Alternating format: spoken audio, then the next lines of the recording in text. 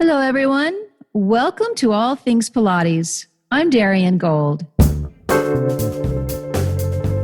Arms come down. Make sure that front leg is bent and reach up, up, up, up, up. Good. And again. And exhale and deepen your exhale as the carriage comes in. Many of you practice and teach on the Gratz apparatus, but some of you may not have heard of David Rosencrans, the co-owner of Gratz Industries that manufactures the equipment. Though the Pilates world has no shortage of egos, David has quietly and diligently continued to do his part in keeping the classical Pilates flame alive. Born in Manhattan in 1955, David was an outstanding high school athlete, and his friends encouraged him to enroll in acting classes because of his good looks and strong physique. And he did. He studied at the American Academy of Dramatic Arts. But David was also interested in traveling, and his youthful curiosity took him to Europe. Without any definite plans for the future, he landed in Sweden and stayed long enough to become proficient in the language and to learn about European arts and cultures. His wanderlust took him to other countries, such as India, Pakistan, and Morocco. And by photographing and documenting all of his travels abroad, David was developing his art and design talents. He returned to the States and took sculpture and photography classes at the Arts Students League and metalworking and stone carving at the School of Visual Arts. Finally, in 1985, David realized that he wanted to open his own studio and did so in Tribeca, New York City. Then, one day in 2005 on a construction job, David met Roberta Gratz, the wife of the late Donald Gratz and owner of Gratz Industries. David and Roberta struck up a conversation about his interest in design and in particular metal fabrication. It was during this conversation that Roberta told David about Joe Pilates and his inventions. Her enthusiasm piqued David's interest and curiosity. So when Roberta asked him to come work for her, he said yes. Just 1 year later in 2006, David became co-owner and managing partner of Gratz Industries. Zooming in to tell us more about what it's like to be at the helm of the most recognized classical Pilates equipment company in the world is David Rosencrans. Hi. Hey, Darian. Thank you for having me. Absolutely. Hello. Hello there. David, what were your goals and your intention in opening your own design studio? Well, I was coming from a sculpture background. I enjoyed making objects and bending zinc and copper and brass, making light fixtures for other architects and designers. And then I had the opportunity to start designing some restaurants in New York, where I would create the interiors and the fixtures and the bar and all the lighting, and it just grew into a small little one-man shop. What was the name of your studio? Well, it was just me. It was David Rosencrans Design, and when I say one man, I always had employees and assistants that helped me fabricate the work. And later on, when I got involved in bigger, more complex interiors projects, I would typically have interns from design school who I would hire, as well as, licensed architects who I needed, because when you build in New York, as in most places, you have to file electrical reflected ceiling drawings and HVAC and duct and all kinds of things. So I learned a lot about how interiors and buildings were actually made, and all the stuff you don't see behind the walls and above the ceiling. Is there a restaurant now that has your name on it, has your talent? There are maybe one or two restaurants in New York. Most of them have gone through a couple of renovations over the years. It's been 20 years since I was in that business. There's a thematic 1950s style diner called the Comfort Diner on West 46th Street in New York, and that still exists, and it's a real fun place. Nice. Yeah. And then did your studio sort of go into the background after you met Roberta Gratz, or were you doing both at the same time?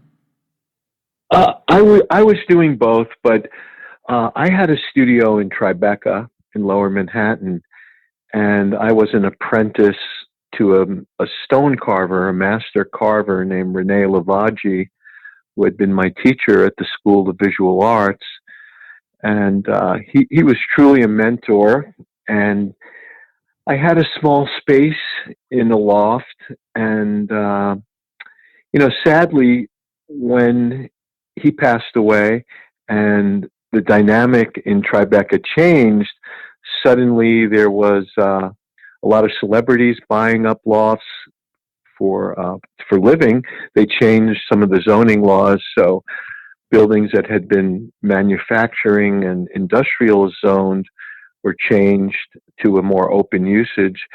So I just got priced out of the studio. It just became too expensive. It was worth more to my landlord as an apartment than as a rough and tumble studio with welding and grinding and stone carving and all the other metalwork that I did. It must have been fortuitous then when you met Roberta, the timing of it, right? Yeah, it was a very interesting thing. After my studio closed, and after 9/11, there was so few new design projects.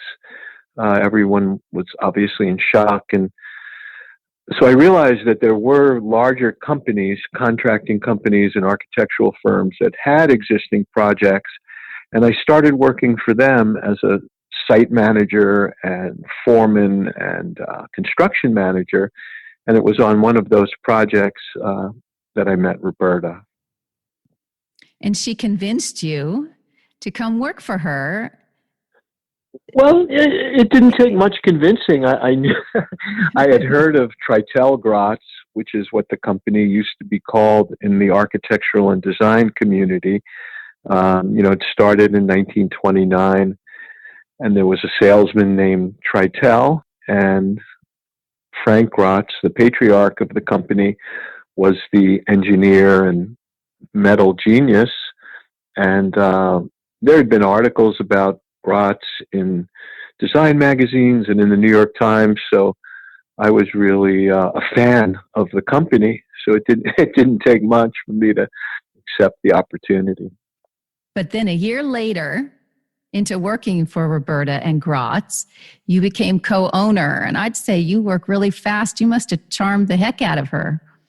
What happened? Well, no, no. It was a mutual decision. I came in not knowing really what to expect. I had always had, as I referenced earlier, a small studio or atelier with 3 or 4 employees, and Gratz had 30 employees and did a lot of contract work, architectural, metal, furniture, sculpture, in addition to the Pilates manufacturing. And I came in initially with the thoughts of reinvigorating that architectural and design work because Donald Gratz had passed away in 2003. But, Roberta and I decided that I was a good fit, and the rest is history, as they say. Give me a timeline in terms of Gratz being a metal fabrication manufacturer, and then how did the Pilates apparatus come into play? Yeah, well, again, we were located in Manhattan, Gratz, at a time when there were manufacturing lofts right in the center of the city. They were, I believe, in the West 30s in Manhattan.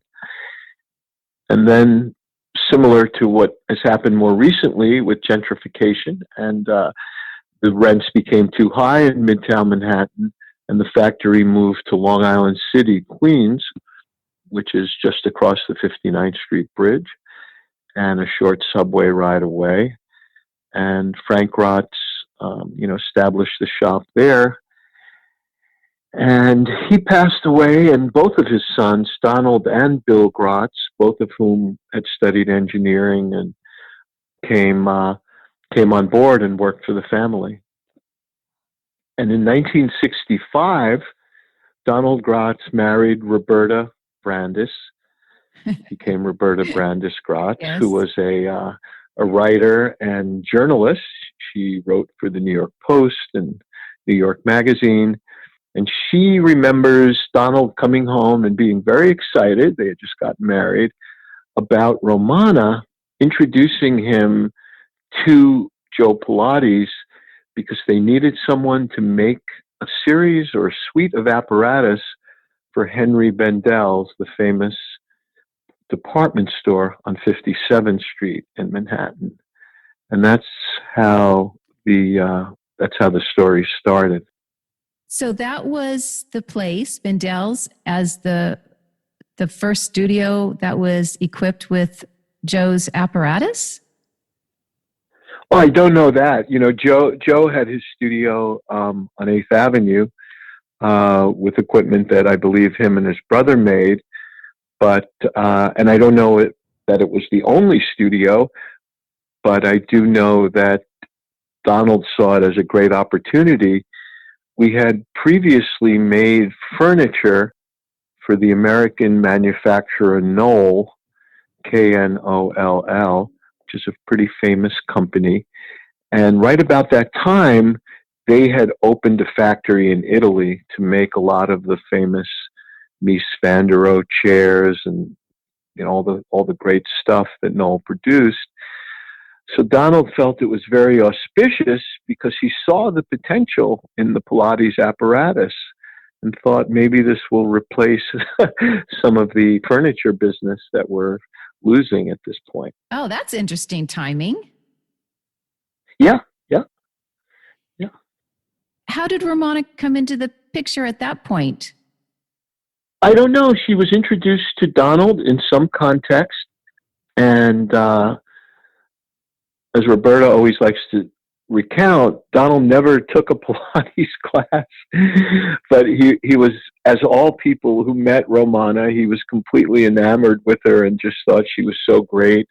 And he was really fascinated by the equipment, the fact that there were gears and springs and moving parts. It was right in his wheelhouse.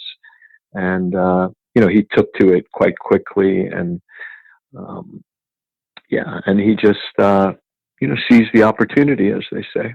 He never tried a class with Romana? He did not. At one point, he was installing a large fixture in one of the office buildings in New York and fell from a ladder. And Roberta had already been taking classes with Romana. She had been in a car accident and credits with Romana with really her being able to strengthen her spine and walk without pain. And when Donald fell off that ladder, he agreed to use the beanbag roll-up to strengthen his forearms. I guess he had broken his wrist, but that was the extent of his use of the apparatus that he developed. I assume he healed. Yeah, he did. He did, I'm told. When did you meet Romana? Oh, I met Romana shortly after coming to Gratz in 2006 or 2007. I can't remember exactly.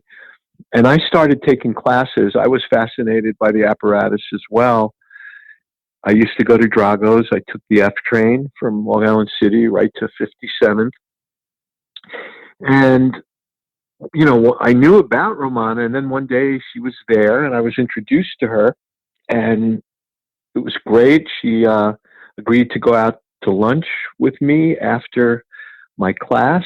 And I I said, "Where do you want to go?" And she said, "The Russian tea room, of Of course," course. which was a very posh and Yes. wonderful place. And we shared, we shared some amazing food and champagne, and I got to listen to many stories. That first meeting was really wonderful. This was Drago's gym, correct?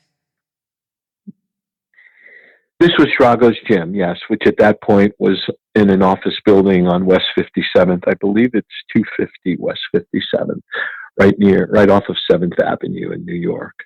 And there was still a gymnastic component at that point. I think Drago had retired already, if I'm not mistaken, but there were some Eastern European teachers whose name I can't remember now, and they had people on the rings and learning gymnastics sort of right on the side on some mats next to all the with Pilates those big apparatus. Windows as they're swinging. Yeah. Now, Romana's daughter Shari and granddaughter Daria continue Romana's legacy. Do they also continue Romana's relationship with Gratz Industries? Oh yeah, absolutely. We're very close, and Shari is an unbelievable teacher. I've seen her teaching. I've been to workshops in The Hague and in Rome and in Nice and in California, and I've watched Shari teach, and I really think she's a really underrated first-generation teacher. She doesn't often get mentioned when people talk about the Pilates elders, but in fact, she grew up in Uncle Joe's studio, as she called it, and she's more shy and probably a lot more shy than her mom was. But yes, the answer is we've maintained a relationship, and we've shared meals all over the world, and I know her husband. And same with Daria. I've visited her many times in Florida, and we've had a lot of fun together, and I've most recently in Prague got to play with her little daughter for a couple of hours, and that was a lot of fun. So yeah, we're very close. I remember back in the mid 90s or late 90s, Romana would tell us that monthly she would go to Gratz Industries Long Island, Queens factory, and she would make sure that nothing was being altered or changed. Does Shari do that?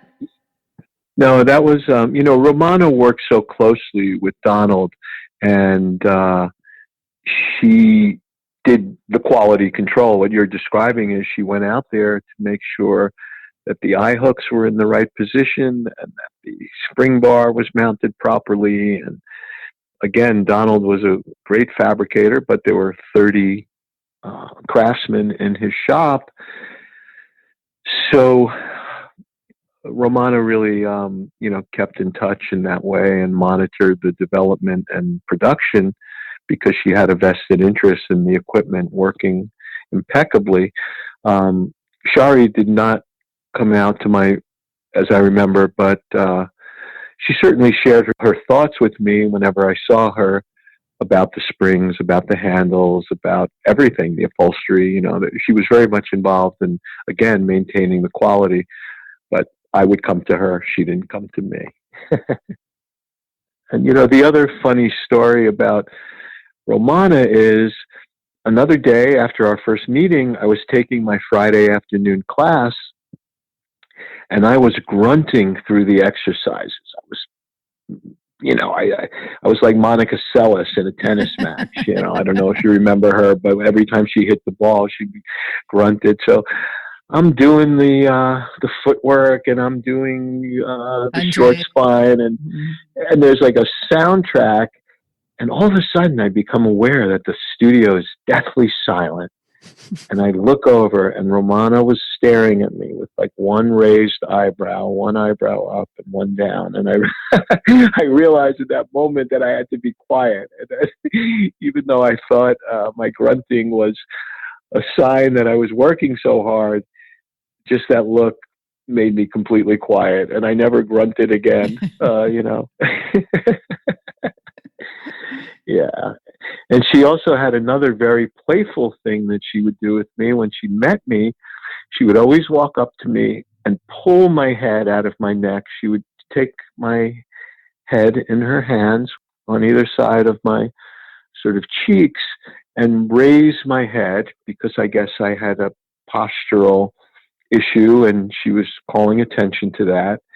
And every time we would part, before we did that, she would ask me to take her hand and she would implore me, try to pull me, try to move me. And I would, she had a very strong grip and I would jokingly feign like, oh, I can't do it. And she would pull me forward and she would laugh and I would laugh. And then I'd give her a big hug. So I have some great memories of that. What a lovely woman. And that's wonderful. Yeah. It was sad that I met her at the end of her life and unfortunately had to witness her decline in cognitive abilities and so forth. But she was so beloved and she made the people around her feel so special. And I think that's an amazing quality that she had. That's innate. It's very hard to teach. Yeah, she was just so magnanimous and so talented. And yeah, she just, after meeting her and traveling all around the world, again, I went to Cynthia Lochard's studio in Australia and Marjorie Oren's studio in The Hague, and was with Philippe and all the top teachers in the organization, Juanita Lopez, and, all of their stories about her were just so compelling because each one felt so special and so close to Romana. And it was really moving to meet all these great teachers and people in the organization. And again, we're still in touch with all of them, and we work with all of them. We organize workshops and all kinds of things. I'm so grateful to have had the opportunity to both meet her and Shari and Daria and to continue the relationship. Is that a difficult process, getting your apparatus to The Hague or to Australia? Well, there's shipping companies. Things are shipped. They were shipped from New York. We're now in Philadelphia. But we spend a lot of time wrapping and packing the apparatus. We put it in boxes, and the logistics companies put it on the airplane or on the boat. And, we're able to send stuff all over the world. And we do, as I walk through the factory today, there were boxes going out to China and Korea and Portugal and Poland and Mexico City, Canada, and of course all over the United States. So we've got the logistics down at this point. That's really good, because way back before you came on board, it was a little iffy. Well, yeah, I understand that. And not everything works as swimmingly as I may be describing. Occasionally something gets sent to the wrong place or something is damaged, unfortunately, in shipping. And that creates a problem, when a customer has been waiting for their apparatus and it comes, and because it was mishandled in shipping, it gets damaged, and it's a process to file a claim and so forth. But fortunately, it's a very small percentage of our, of our sales. You may be hearing the words self-care a lot lately. But what does self-care really mean? I thought I was caring for myself, eating super clean and healthy, getting enough sleep, or at least trying to, regular cardio exercise, and of course, maintaining my Pilates practice. But I don't think this is all that self-care means. Yes, we want to maintain a healthy lifestyle, to be sure. But recently, I had an acupuncture treatment, and while I was lying there with needles protruding from my feet, legs, arms, and ears, I had a revelation. Self-care includes quieting down the nervous system and making time to shield yourself from the outside world and its influences. Please find your own brand of self-care and make sure to include it in your daily activities. Now back to my interview with David Rosencrans. David, tell us about your family, and is anyone in your family part of the business? Yes. My wife, Michelle, joined the company in 2008, initially because our bookkeeper left, and she had a background in doing human resource and bookkeeping and management in the restaurant business in New York. So for the past, since 2008, 12 years, we've been a mom and pop business, literally. When I told someone that recently, they said, just like Joe and Clara. I said, oh, don't put me in that rarefied air. But we do work together every day. And I have two sons. They both grew up working summers, packing Pilates equipment. And in fact, my younger son, Max, works full time now. He's studying at the community college in Philadelphia. And he's studying music production and graphic arts, and he works every day from 7 to 3:30, assembling armchairs and wonder chairs and unloading trucks. So the answer is yes. Three of our family members work at Gratz, including me. You must be at your shop 15, 16 hours a day. Well, no, we take turns, and that's funny because we started a night shift recently after the COVID closure, where we were closed as mandated for several months. We had a backlog of orders that of course had to be shipped, and new orders coming in. So we're like ships passing in the night. I'm there during the day, and my wife comes at 5. We overlap for an hour. I'm there till 6, and then she stays till midnight right now. And we do spend a great deal of time, as any small business owner or Pilates studio owner knows. When it's your business, you just keep working. You work weekends, you work nights, and you do whatever it takes to keep it going. Does Michelle and your son practice? Do they get on the apparatus? Max has taken classes, and he's indicated a willingness to start again. So he has taken a few classes. Michelle took classes in New York years ago, but it didn't appeal to her. She just didn't love it, and she found it hard to get up and get over there. So, she's, well, I mean, you have it right there. So that's not an excuse, David. Tell me. No, it's not. But of course, for beginners like me, and I've been doing Pilates since 2006, I'm hard pressed to go over to a piece of apparatus and work out myself. I rely on the teacher, whether it's a private class or a group class, because, I guess I'm just maybe a little lazy and remembering how many springs go with each exercise. And I always feel like, I get so much when my teachers point out to me that, I'm crooked or... you just like your butt kicked, I guess. Yeah, I do. And there have been so many great teachers I've had the opportunity to train with all over the world. So even though I'm a beginner, I've really benefited from some really great instruction. And people listening probably don't know that you have a black belt in Seido Karate. Right. Yeah. In the, after being very athletic growing up and playing basketball and lacrosse in high school, my family moved out to Long Island, and I went to high school out there, and I was introduced to lacrosse, and it was a really great sport. I did injure my shoulder and my knee playing. So I'd always been athletic, and I had done yoga in the 70s. And then I was introduced to martial arts, to Seido Karate, and I had the distinct honor to train with a world master named Tadashi Nakamura, his title is Kaicho Nakamura, which is Master Nakamura. And I went with one of my best friends.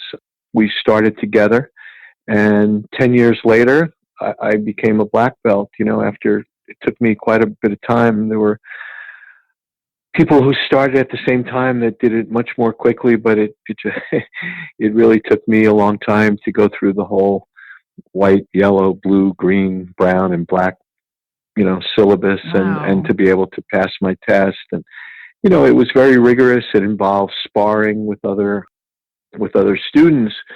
But the most fascinating thing about Master Nakamura's Japanese culture was we also had Zen meditation classes on Friday after the karate class, and that was an amazing experience to me, in that we sat and meditated to shakuhachi flute music, and he came around and with a Japanese bamboo sword, and you sort of put your head to the side, and he would tap you on the shoulder blades, which was a traditional part of the ceremony. I even went, to a Zen retreat, and we did karate and meditation. So it really was a spiritual journey for me, as well as just a form of exercise. Probably when you first tried Pilates, even if you just felt like a beginner, it must have had some similar actions in the body and sentiments. Absolutely. I'll never forget, after my first and second class in the winter of 2006, standing on the subway platform, waiting for the F train to get back to the factory, and having this extreme sense of well-being from doing Pilates. My blood was flowing. My body felt fluid, and it exactly what you said. It really reminded me of that amazing feeling, I guess, when you're endorphins and when you're, using your concentration and your mind and body. So it was very similar to the feelings I got from doing martial arts, albeit I didn't have the black and blue marks and the bruises, from sparring. So it was great. It was such a great thing. It'd be nice to perhaps combine the two, and maybe that could be your new practice for 2021. Yeah. Yeah. Well, I've gotten back into yoga during the COVID. I hadn't really done it regularly in many years. And besides virtual Pilates classes, I also have been taking virtual, and now I'm back in a yoga studio. And it seems to be a really nice complement to Pilates, where where in Pilates, I feel like I'm trying to do so many things in terms of scooping, and in yoga, I'm just sort of letting my gravity and my weight and my breathing carry me through. So Right. I think they're really great and synergistic. And I'm not the only one. Of course, many teachers also practice or teach yoga as well, and it's I think they're great in combination. There are different ways into the body, for sure. Exactly, and the body-mind connection is so important to doing either one of them and getting the most out of it. Really shutting down your dialogue and all your thoughts, and feeling the work and listening to your teacher, and and bringing that awareness to your body is so special. David, I just have one question about the Pilates system as a whole that Gratz manufactures. There are some other pieces of equipment that have come out in the last few years. One called the bench mat, and there's another type of pedipole that has an adjusting piece. Yeah, I'm peripherally aware of those. I believe they're from Joe Pilates' drawings, and or maybe there were prototypes. And yeah, I am aware of those. But Gratz chose not to really compete with the people that were bringing those to the market, because we have our hands full with the Reformer, the Cadillac, the Guillotine, the Wonder Chair, the electric chair, the mini barrel, the spine corrector, the pedipole, and all the pieces we make. So, Yes. so yes, I am aware of them, but we haven't pursued development of new products. Not the hand tensometer either, right? No. Okay. No. It's not something we traditionally made. Yeah. Now, there is some very exciting news coming out of Russia and South Korea for Gratz Industries. Will you tell us about it? Sure, I'd be happy to. I went to Russia with my wife, Michelle, in 2012 to meet with Olga Burkova, who's the Pilates director at the world-class fitness clubs, which are in Moscow and St. Petersburg and throughout Russia. And there had been a number of Pilates teachers that had gone to Russia, including Jay Grimes and Kathy Ross-Nash and others. And they started hosting the Romanas Pilates certification program in Russia. So, as I mentioned, I went there and participated in a fitness event and got to know many of the Russian teachers, and they became friends, and I see them all over the world and speak to them, and Pilates has really proliferated since 2018. Small sort of brick and mortar studios have opened as well. And, you know, the Russian people are really amazing and great from my perspective, politics aside. Just energetically, I felt a strong connection. I had been in Moscow in 1976 as a hippie traveler, flying from Uzbekistan on my way back to Sweden. So it was quite remarkable to see the change from Soviet Russia in 1976 to free market Russia in 2012. And there's a big market, and we're really proud. We sell a bunch of equipment to studios in Russia. And English Korea is spoken there? Pardon me? English is spoken there? Many of the people we worked with did speak English, but their instruction is both in English and Russian. It's just like every other place. You know, when you go down into the subway, people have iPhones on, and it's just like every place else. And I'm a sort of history buff, so it's really amazing to me to look at the architecture and the Tsarist era. There's a lot of opulent, really amazing buildings, and then there's a lot of what they call brutal architecture from the Stalin period, and then there's a lot of new modern glass and steel and all kinds of modern architecture. So I find it to be a really interesting country, and Moscow is a city I would love to go back to someday. South Korea, what's happening there? Wow. Well, South Korea is really a phenomenon in the Pilates world. I know that there are so many apprentices. Pilates was very popular, and it was mostly contemporary Pilates.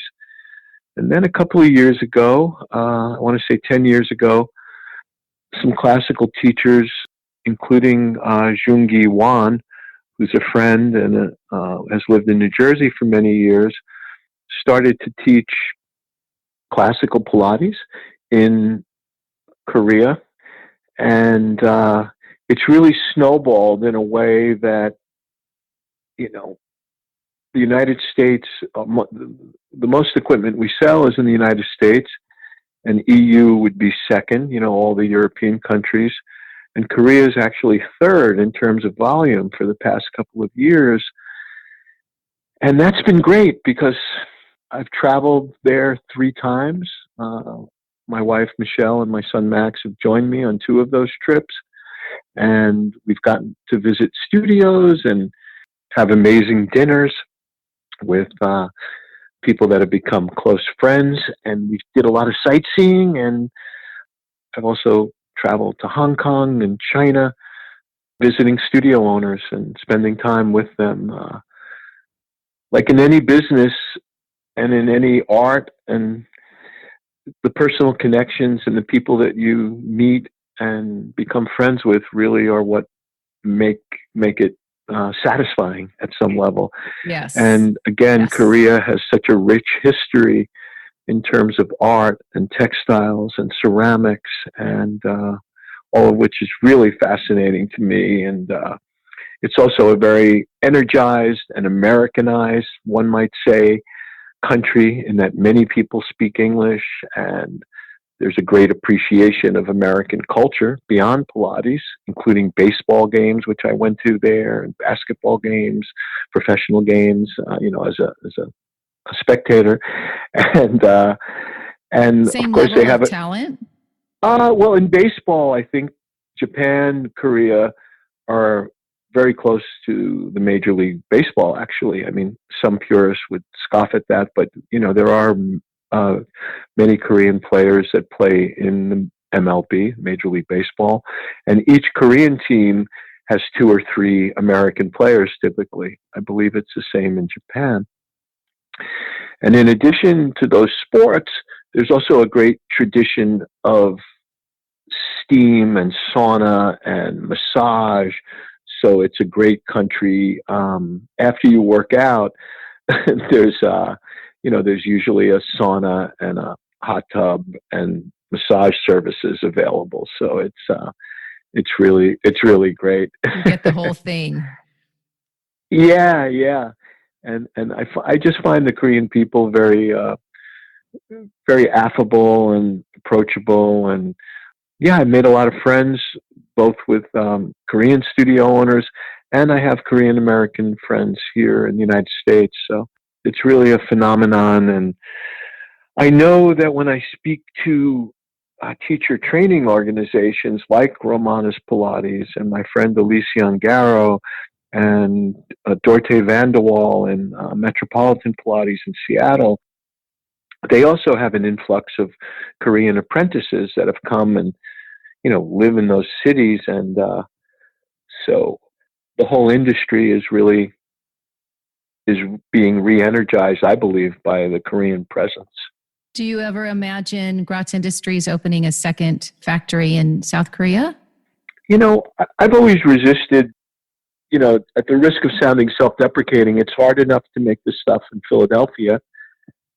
What I would like to do is establish a distribution hub and ship over inventory equipment to be stored and sold in Korea without the long lead time and the shipping costs. That's a good idea. And I was working on that before COVID kicked in.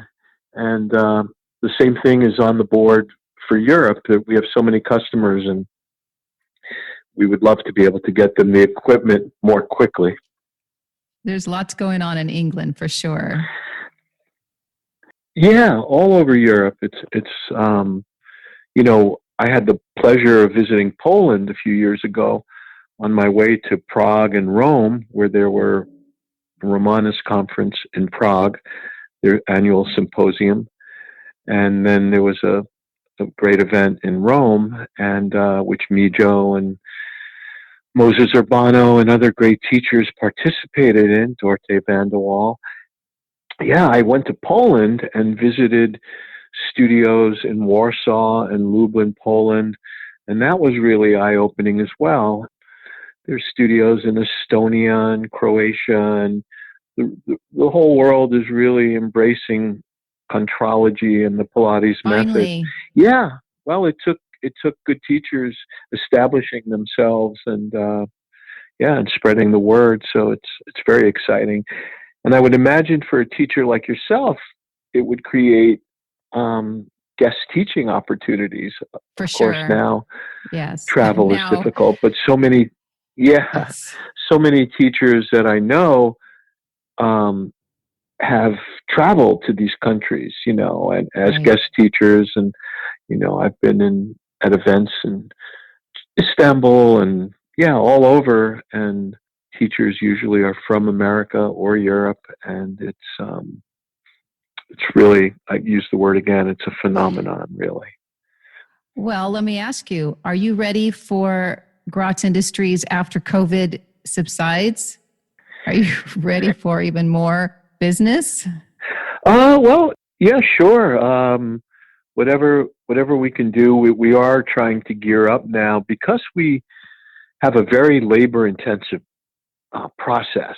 Our frames, our aluminum frames, for instance, are welded. They're sort of a unibody construction, and we spend a great deal of time sandblasting them and hand finishing them. And so many of the parts are handmade. It's a very time consuming process and a very labor intensive process. So as I referenced earlier, we're trying to add a second shift now so that we can be more productive and responsive to orders and try to create a better fulfillment process, which is a good problem to have, quite frankly. Just speaking about the reformer, how many hours does it take to build it, to fabricate it? Well, we make them in batches of 10 or 15, and they go through all these different processes. So there's many hours. I don't have the metrics in front of me, but while all of that grinding and finishing of the metal is going on, there's a carriage being upholstered, there's straps being fabricated, there's handles being made. We make everything from scratch, in our factory. So it would be tough for me to give you an estimate, but it's suffice it to say that many hours go into each piece of apparatus. Mm-hmm. Yes, and you can tell because it lasts forever. Right? Yeah, and in fact, the frames are guaranteed for life. Some of the consumable products wear out, the springs and the handles. Sometimes the straps stretch and need to be replaced, but there's a lot of apparatus that's out there that, is 20, 30 years old, and it still functions beautifully. And yes, I can attest the credit to that. The credit goes to Donald Gratz and all the amazing craftsmen that we've had both in New York and Philadelphia. Since you do travel all over the globe, what do you envision for the future of classical Pilates? There's been a pivot since COVID where many of the new orders and requests for quotes that we're sending out are from home users, people who I answer the phone quite a bit after COVID when the rest of our employees were working remotely, which was really a blessing in disguise because I got to talk to a lot of teachers all over the world and people that were students who were now buying equipment because they said they weren't comfortable going back to the studio that they used to go to, so that they're going to buy equipment and take virtual classes, or their teacher would visit them at their home.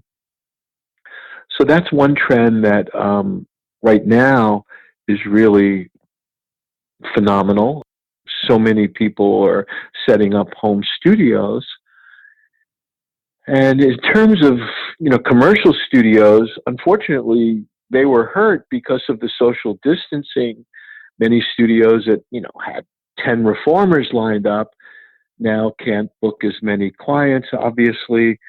And not all the teachers I know were able to use that word again, pivot to virtual classes. Some teachers just weren't comfortable teaching that way. They were, hands-on, one-on-one teachers. Right. So we're really hoping that, obviously, beyond Pilates, we're hoping that the world can, if not overcome this pandemic, but return to some normalcy relative to people being at concerts, sporting events, Pilates studios, in group dynamical situations. But for the time being, there's a lot of home studios being ordered all over the world. And my only concern there is I hope that the practitioners that order the equipment know what work they're doing safely. Mm-hmm. Yeah, because you can injure yourself if you're not supervised or you. That's really what I see. And as I referenced earlier, the growing markets in Asia, Israel has quite a few Gratz studios now. We have we have a great brand ambassador, Miguel Silva in Portugal, and he's got great programs, and a lot of studios have opened thanks to him. In Brazil. Brazil is not a market that we could actually ever sell in.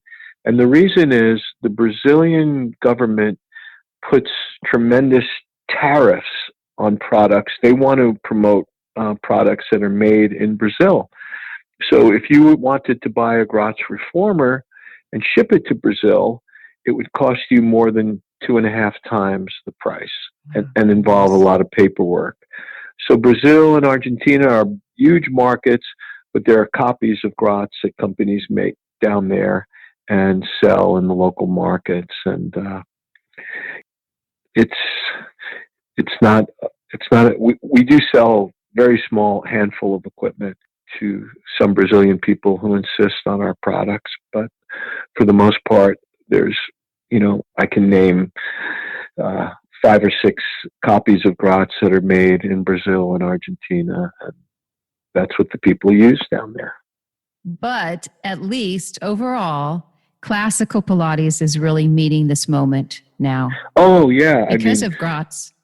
And I don't mean to diminish how amazing Inelia Garcia and so many great teachers and certification programs exist in Brazil. And I have great respect for them. And I know a lot of the teachers and even the manufacturers, and we've shared meals, and I have complete respect. And Brazil is such an amazing athletic country. And I believe in Brazil, Pilates teacher has to have a degree in either physical therapy or sometimes of sports medicine. So they're very well trained and very well informed teachers as well. Nice. But it's classical Pilates, right? As far as I know, the people that I know, yeah, they've copied the equipment and they've watched the same videos and they come to the same conferences as everyone else. So yeah, it's classical Pilates. Yes. And Romana's Pilates does have a presence in Brazil. We have a friend in Porto Alegre who does have Gratz equipment. He's also a physical therapist. So yeah, there's a very strong classical Pilates movement in South America, Chile as well, Peru as well, and Chile has a lot of great studios and teachers in Santiago, and they have Gratz equipment. They're not in the Mercosur alliance. They're not allied in the same way as Brazil, so they don't tax the imports as heavily, and teachers are able to buy Gratz equipment. David, what is your website? Our website is www.pilates-gratz.com. Wonderful. I know people are going to be going there because you have such a beautiful website now. Oh, thank you. Started out humbly, way before you, I think. It's come a long way. It's beautiful now, really. Oh, yes. Thank you. One of the things I'd like to point out, Darian, is that we have a monthly newsletter as well. Anyone can sign up for. And unlike a lot of companies, we don't use that newsletter to promote equipment for sale. We believe in the Pilates community, and we have a commitment to supporting the community. So our newsletter and our website function. Our website obviously is transactional and you could buy the equipment, but we have human interest stories and we have interviews with great teachers, and we try to highlight in our social media studios all over the world because we believe in the community and we believe in supporting teachers, not just the celebrities and the famous teachers, but the smaller studios. And, in 2019, we started a scholarship program where we paid for primary education for a wonderfully talented young man in New York named Joshua Keefe, who's in the Equinox teacher training program, and another gentleman, an ex-military officer who's in the Romana program, tribute, to charities, and we've donated equipment to Wounded Warrior projects, teachers that are working with rehabilitation of armed service members. And we're very involved with the community, and we have great respect for our customers, and our website and our social media and our newsletter all reflect that. Wonderful. And we get to shine a light on so many great teachers. We're really blessed. Fantastic. Thank you for all of this information and all of your knowledge and experience, David. Oh, thank you, Darian, for having me. It's a pleasure, and I know that you've interviewed some really special and leaders in our industry, so I'm humbled and appreciative of the opportunity to talk to you. Thank you so much. For those of you listening that do practice on Gratz Industries apparatus, what exercise and on which piece of equipment do you love to practice the most? Please share on the All Things Pilates with Darian Gold Facebook page. All Things Pilates is produced and hosted by me, Darian Gold. Podcast production is provided by Audio Ephemera. I'm Andy, the audio engineer for All Things Pilates, and I'm also a student of Darian's. My Pilates practice has strengthened my core and, more importantly, given me a new awareness of my body and its abilities. Darian doesn't hold back, but it's fun, and I always leave my sessions feeling energized. And I'm not the only one. I'm Beatrice from Germany. I have been using the Pilates apps by Darian Gold since 2012. Then I discovered she's offering online classes in summer 2020. I was so excited and a bit skeptical, but it turns out that she sees everything and gives very, very useful corrections. I think I've even improved and learned a lot since then. I can participate despite the time difference of 9 hours, and it's so much fun to know that you train together with many clients from all over the world that share the same motivation and ambition and spirit. Visit DarianGold.com to view her online class schedule. Also, try one of her apps, available on the App Store or Google Play. And to keep up with Darian and all her new interviews, subscribe to this podcast. Until next time, respect your apparatus.